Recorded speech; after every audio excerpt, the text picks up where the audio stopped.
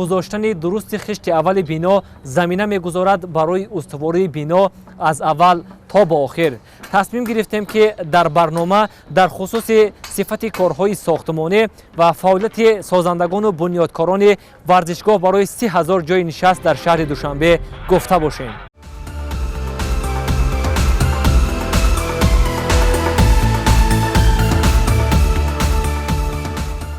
کارهای ساختمانی در ورزشگاه برای 30,000 جای نشست در شهر دوشنبه از 15 مارس سال 2019 آغاز یافته. روند کار امروز با مرام ادامه دارد. ورزشگاه زمانوی برای 30,000 جای نشست تحفه ارزشمند دولت و حکومت جمهوری تاجیکستان برای دوستداران ساحه ورزش از جمله مخلصان فوتبال خواهد بود. انشاءات مذکور در مساحت بیش از 9 گکتار ساخته می شود و در برابر گذراندن بازی های فوتبال در آن برای برگزاری چاره‌بینی‌های گوناگون ورزشی و فرهنگی شرایط معاصر فراهم آورده خواهد شد. ورزشگاه از 4 منبر که در 200 جایگیر شده‌اند عبارت می باشد. در حدود مساحت معین گردیده ورزشگاه اینچنین بنیاد بناهای یاری رسان و توقفگاه برای ماشین‌ها نیز به نقشه گرفته شده است. ورزشگاه برای 30,000 جای نشست در آسیای میانه نظیر خود را نداشته آن به یکی از بهترین ورزشگاه‌های منطقه داخل می شود. تا امروز 90% کارهای ساختمانی آهن و بتونی در انشاءات مذکور به انجام رسانیده شده است. مشکلی‌هایی که در ساختمان پیدا می شوند کوشش میکنیم که سری وقت آن را اصلاح نماییم. در آشیانه یکم فضایی زیر منبرهای شرقی و غربی ورزشگاه بنیاد خانه‌های لباس عوض‌کنی ورزشگران و حکمان، حمام و نقطه طبی پیش بینی شده است. همچنین در اینجا تالارهای مشق و تمرین و قهوه‌خانه‌ها ساخته می شود. برای مهمانان بنیاد حجره‌های علاهیده با شماره عمومی 448 جای، میدانچه‌های سیر و گشت در بلندی بیش از 9 متر و دیگر انشاءات یاری رسان به نقشه گرفته شده است. این قسمت غربی ورزشگاه می باشد که در بلندی 18 متر قامت افراخته است.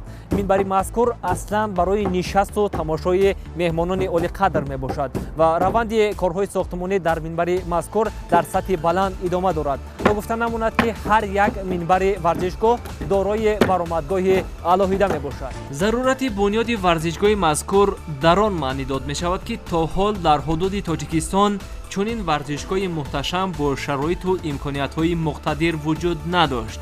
قامت افراختن عمارت ورزشی شهادت از آن می‌دهد که ساحه ورزش مورد توجه بواسطه پرزیدنت مملکت قرار گرفته است و هواداران رشته فوتبال نیز در کشور ما روز تا روز زیاد شده ایستادند. بلندی انشاءات مذکور 25 متر را تشکیل خواهد داد.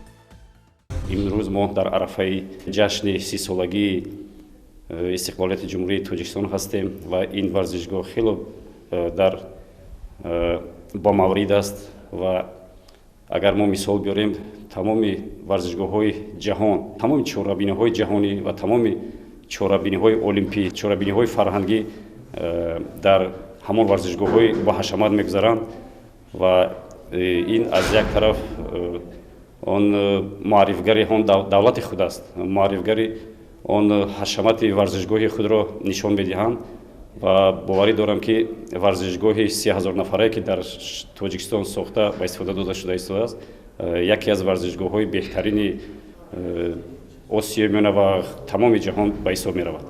بازی‌های سطح بین‌المللی، سطح المپی و بازی‌های چهاره‌بینی‌های سطح جهانی را در این ورزشگاه گذرانده می‌توانیم و برای فوتبال بازان یک ورزشگاهی می‌شود که هم برای تمرین هم برای بازی‌های بین‌المللی خیلی خوب می‌شود و خرسندی‌آور هم هست. ورزشگاهی که در شهر دوشنبه ساخته ایستاده‌اند این با تمام استانداردهای جهانی جوابگو می‌شود و وقتی که ما با استانداردهای جهانی جوابگو باشیم ما می‌توانیم که تمام مسابقه‌هایی که در سطح جهانی هست آن را قبول کنیم. قسماً بالاپشت گردیدن ورزشگاه مذکور امکان می‌دهد که هنگام گذراندن بازی‌ها آواز و صداهای گوناگون با کار دیگران خلل وارد نکند. یعنی дар баробари маҳкам будани қисмати болоии ҷои нишасти тамошобинон таъмини осудагии аҳолӣ ба назар гирифта шудааст.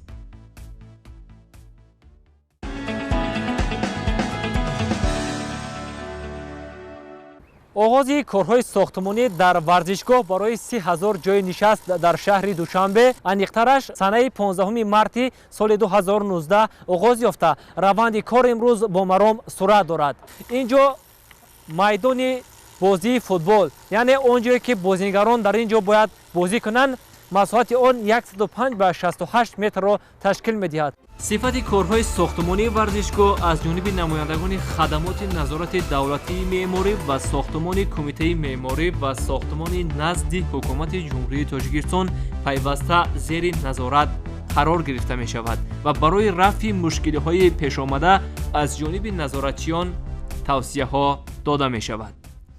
корҳои сохтмонӣ тибқи иншоотсозӣ ва стандартҳои ҷаҳонӣ ҷавобгӯ ҳаст ё не? дар иншооти мазкур корҳои сохтмонӣ бо маром идома дорад. сифати корҳои сохтмонӣ дар иншооти мазкур тибқи талаботҳои меъёр қоидаҳои сохтмонии ҷумҳурии Тоҷикистон идома дорад. гарчанде дар сохтмон баъзан камбудиҳо ҳам ошкор мешавад, аммо аз тарафи шахсони масъул сари вақт бартараф карда корҳои сохтмониро идома дода истоданд. дар ҷумҳурии Тоҷикистон бисёр озмоишгоҳҳое ҳастанд ки оид ба сохтмон фаъолият мекунанд. дар иншооти мазкур корҳои озмоишӣ аз ҷониби ҷамъияти саҳомии кушодаи санёс ба роҳ монда шуда, ҳамаи битонҳои дар ин ҷо истифода шудаанд аз озмоиш гузаронида шуда хулосаи мусбӣ қабул кардаанд. мо агар мисол биёрем, варзишгоҳҳои Испания Камп Ноуро 99,000 мухлис мебарад.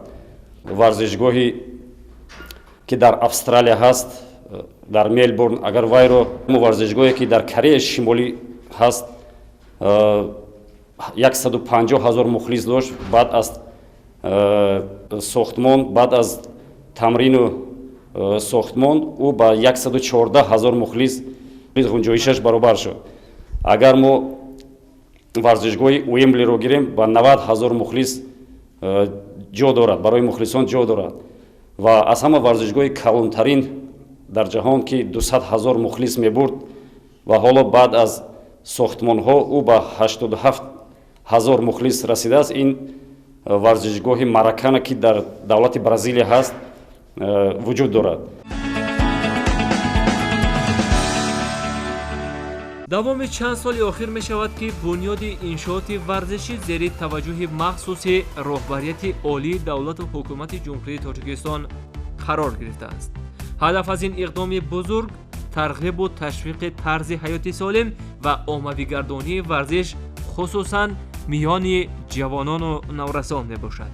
хулоса, варзишгоҳ барои 30,000 ҷои нишаст бо тарҳи зебову замонавӣ ва ҷавобгӯ ба талаботи муосири сохтмонӣ бунёд шуда, илова бар ин барои зебоии гирду атрофи иншоот тарҳи ҷудогонае ба нақша гирифта шудааст.